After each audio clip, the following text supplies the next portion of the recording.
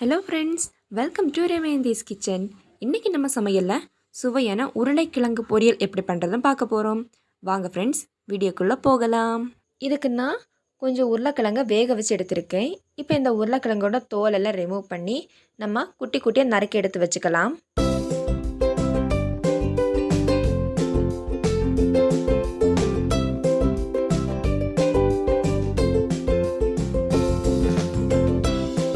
Okay friends, இப்போ நம்ம நறுக்கி வச்சுருந்த உருளைக்கிழங்கு எல்லாத்துலேயும் மசாலா ஆட் பண்ணிக்கலாம்.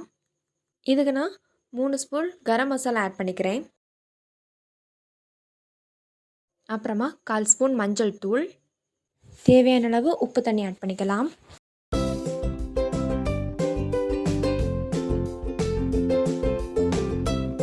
அப்புறமா 1 ஸ்பூன் மிளகாய் தூள். இப்போ இது எல்லாத்தையும் சேர்த்து நம்ம நல்லா மிக்ஸ் பண்ணிக்கலாம்.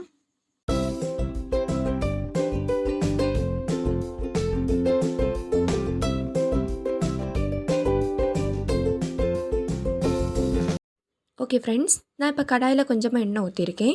எண்ணெய் ஹீட் ஆனதும் நம்ம 1 ஸ்பூன் கடுகு ஆட் பண்ணிக்கலாம்.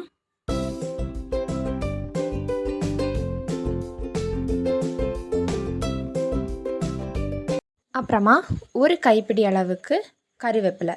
இப்போ இது எல்லாத்தையும் சேர்த்து நல்லா மிக்ஸ் பண்ணி விட்டுக்கலாம்.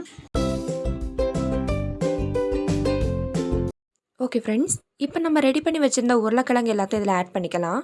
ஆட் பண்ணி நல்லா மிக்ஸ் பண்ணி விட்டுக்கலாம்.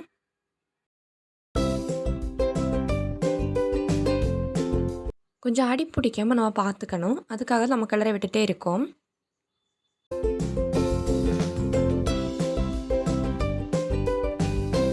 ஓகே ஃப்ரெண்ட்ஸ், உருளைக்கிழங்கு ஒரு 10 நிமிஷம் இப்படியே இருக்கட்டும். நம்ம இடையிடையே கிளறி விட்டுக்கிட்டே இருக்கலாம். ஓகே ஃப்ரெண்ட்ஸ், உருளைக்கிழங்கு சூப்பராக ரெடி ஆகிடுச்சு. இப்போ நம்ம ஸ்டவ் ஆஃப் பண்ணி இறக்கி வச்சிடலாம். ஓகே ஃப்ரெண்ட்ஸ், சுவையான உருளைக்கிழங்கு பொரியல் ரெடி.